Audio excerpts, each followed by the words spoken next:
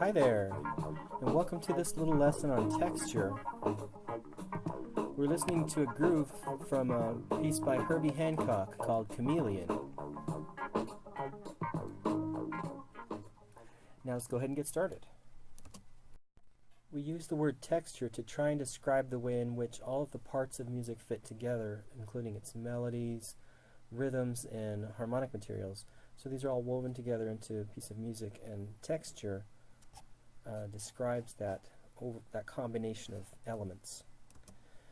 We can describe texture in terms of the density of the music. So a thick texture would have lots of voices in it, whereas a thin texture would have only a few voices. Or we can describe texture in terms of the range of pitches in the piece. So if it might have a narrow texture or a wide texture. And we'll also talk about various texture types that we use to describe music's texture. So here's an example with a thin texture. There's only a few voices and sometimes only one at a time.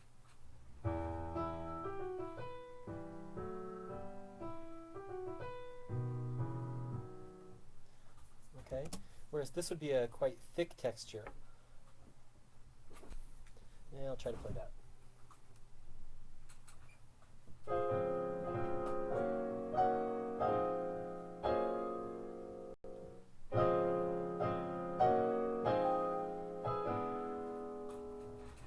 Lots of voices, a very thick texture. So another way we can describe texture is how wide or narrow it is. This is a wide texture here with the pitches spread out over a wide range from the lowest note to the highest note. Sounds like this.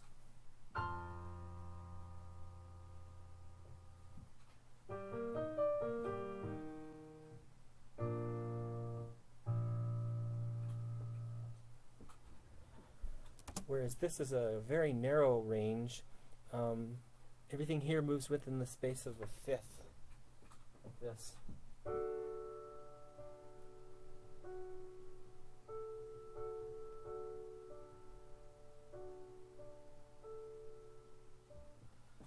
Right?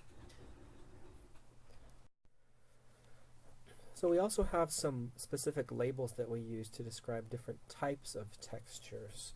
And these are the labels you see most often: monophonic, polyphonic, homophonic, and homorhythmic.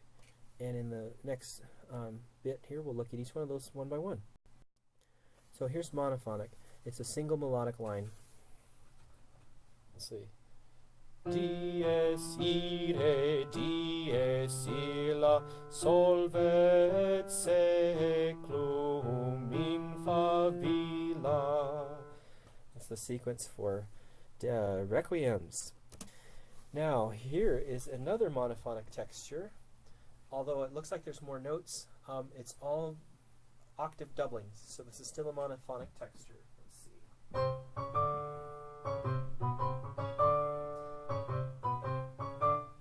And so on. So monophonic, one line.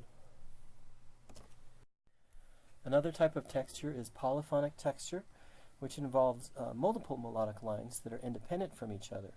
So we have monophonic with one and polyphonic with two or more melodic lines. Here's an example of that.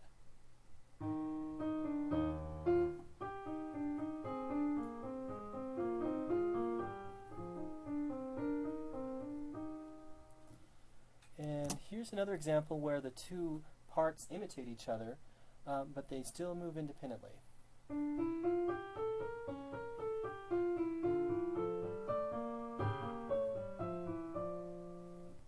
Alright, so that's polyphonic texture. Another very common type of texture is homophonic texture. It's also known as melody and accompaniment texture. We see this in many types of classical and popular music. One of the voices is the melody, and the rest is there to support the melody as the accompaniment. Here's a few examples of that.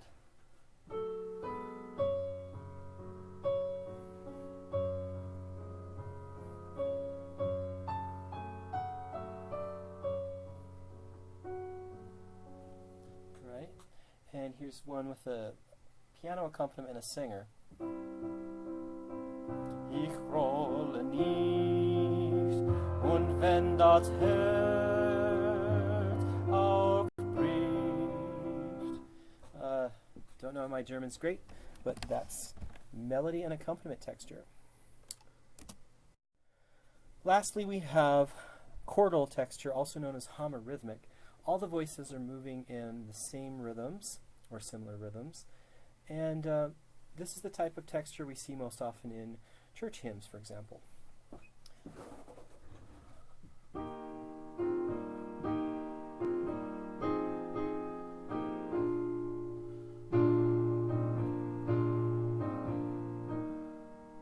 Okay, so that's chordal or homorhythmic texture. All right, so those are all the different types, basic types of textures. Of course, all sorts of textures can occur in music, but these are some generic descriptors that you can use. Go ahead and take the quiz that follows.